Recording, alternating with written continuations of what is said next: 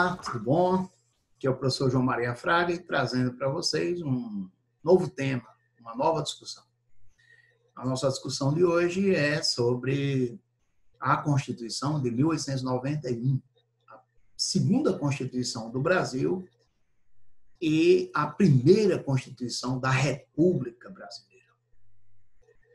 A Constituição de 1891, ela vai atender aos interesses, principalmente, da elite paulista, que foi protagonista da proclamação da República, aliada às Forças Armadas, em especial ao Exército Brasileiro, e que foi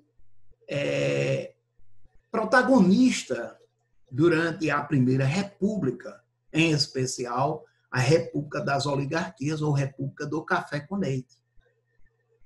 Um período da República de importância muito grande do ponto de vista do exercício do poder no Brasil, dessa oligarquia do café, dessa oligarquia paulista.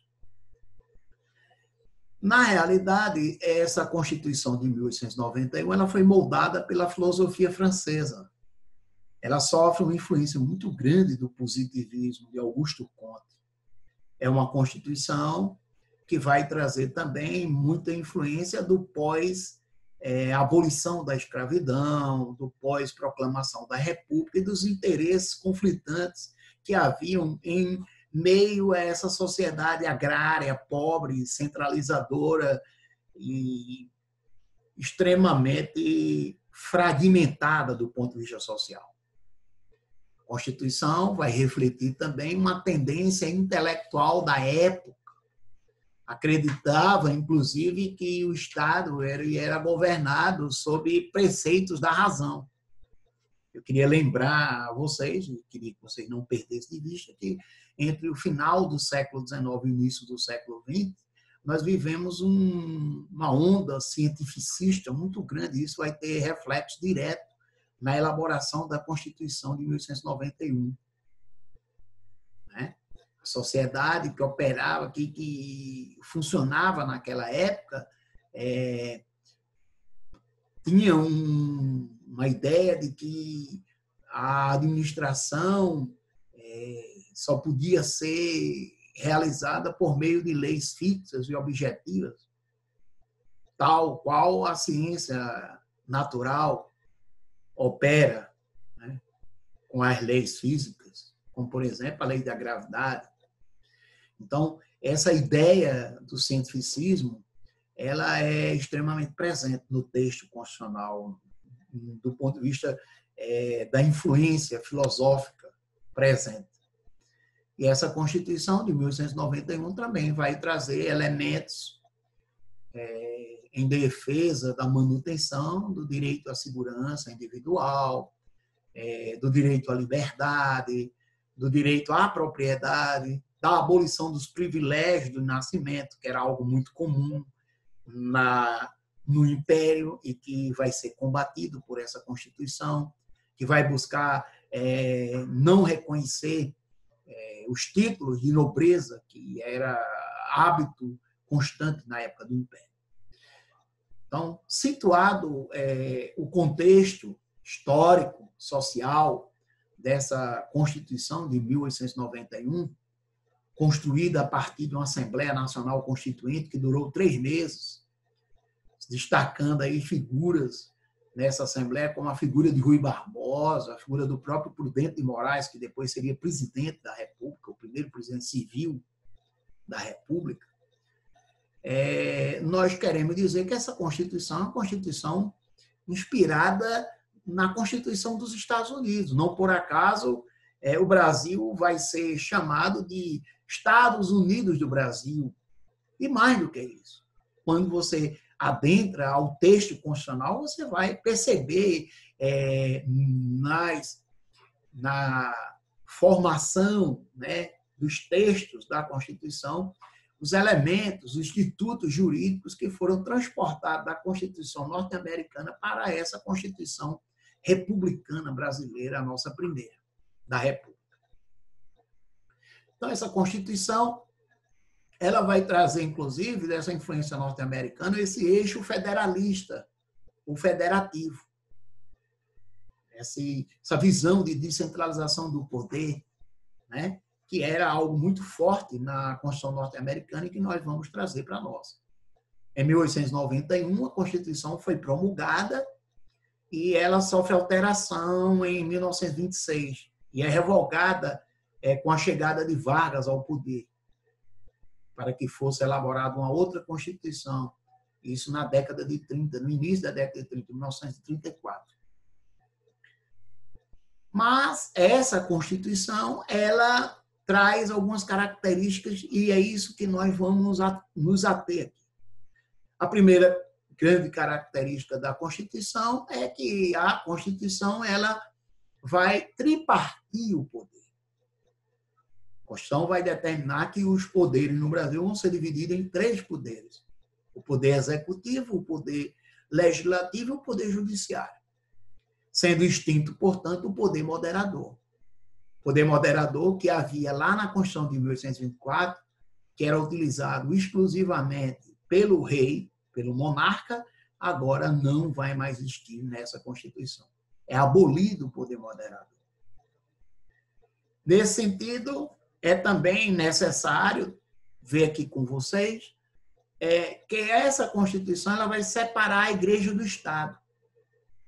Ela faz surgir no Brasil o Estado laico, um Estado onde a Igreja deixa de receber subvenção do Estado, onde o Estado ele não se confunde mais com a Igreja, nem a Igreja se confunde mais com o Estado.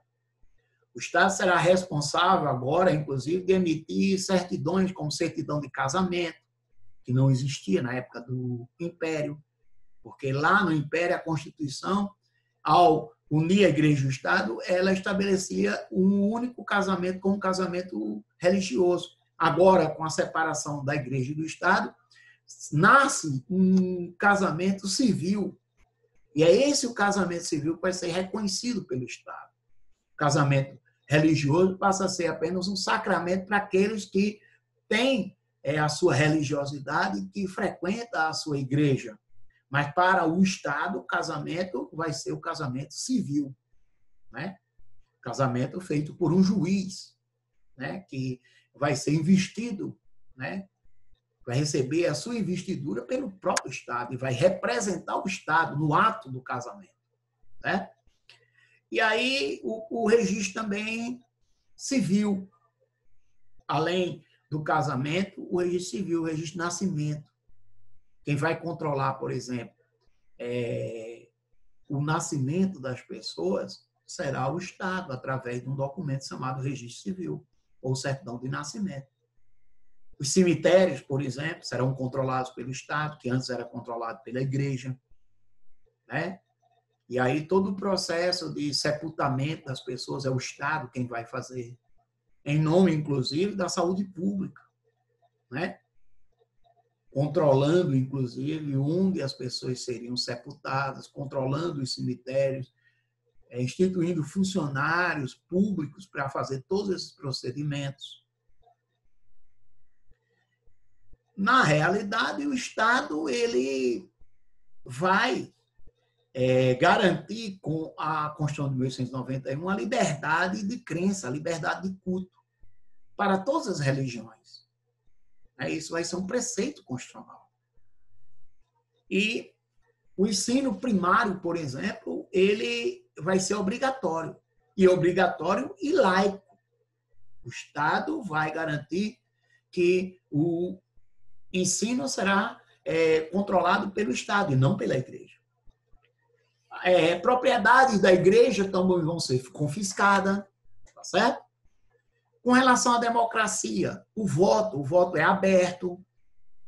Esse voto aberto vai originar, por exemplo, o voto de cabresto, o correio eleitoral. Por quê? Porque os coronéis vão usar o voto aberto para manipular o seu empregado. O voto é universal para homens, alfabetizados e homens maior de idade. O voto universal é um voto masculino, as mulheres não votavam. Os militares de baixa patente votavam, os membros do clero das ordens monásticas votavam. Além disso, o homem menor de idade, o analfabeto, o mendigo, todos esses setores vão ser excluídos do direito ao voto. Ok? O poder legislativo será bicameral, composto por um Senado, onde o mandato será exercido por 9 anos, e a Câmara dos Deputados por 3 anos. Acaba-se, portanto, o fim daquele mandato vitalício que havia na época do Império. O poder legislativo vai, nos estados, ter a sua representação, ou seja, vai haver um poder legislativo estadual que vai criar leis, vai criar impostos, ok?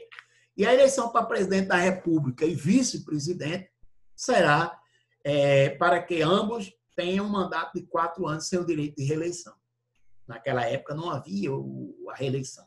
Isso é algo recente nas constituições brasileiras. Surge recentemente na história do Brasil. Certo? A República, portanto, é uma característica, evidentemente, que dessa Constituição republicana. O presidencialismo, um presidente que vai substituir a figura do rei, não vai mais haver rei, monarca, mas um presidente eleito pelo voto, né? Com um tempo para exercer o seu mandato. Ou seja, o presidente vai cumprir um mandato. Ou seja, o poder dele não é vitalício, nem o poder dele é hereditário. Ele não tem o poder de passar para o seu filho. Termina o mandato, uma nova eleição, um novo presidente, eleito pela vontade, pela soberania, pela vontade popular. O regime, portanto, é representativo. E o poder, portanto, é temporário. Sendo o poder do presidente, repito, é estabelecido num espaço temporal. Eu queria, ainda voltando à questão do voto, para nós concluirmos a nossa fala, que a democracia brasileira, portanto, é uma democracia muito restritiva, muito excludente. Aproximadamente 5% da população brasileira apenas tinha direito de votar, mas o que representava um avanço em comparação à Constituição de 1824, porque aquela Constituição de 1824 era uma Constituição que garantia um voto censitário e reduzia muito mais a participação e o acesso, a inserção dentro do modelo democrático brasileiro. Então, houve um avanço, mas um avanço extremamente pequeno, pouco representativo, porque o voto era extremamente restrito, visto que a grande parcela da população era analfabeta e, por isso, não tinha direito de votar. Além do grande contingente de mulheres que também não podiam votar e que formavam uma parcela significativa da sociedade brasileira. Então, vou ficando por aqui. Essa é uma reflexão acerca da Constituição de 1891. Em breve voltaremos falando sobre a Constituição de 1934, que ocorreu durante o período de Vargas. Mas isso aí é um tema para um outro encontro, ok? Se gostou, compartilha. Se gostou, recomenda para um colega e passa adiante nosso vídeo para que a gente possa aumentar o nosso canal e atingir um maior número de pessoas que gostam de debater sobre a história do Brasil e refletir sobre essas questões que nós refletimos com vocês. Ok? Valeu e muito obrigado pela atenção.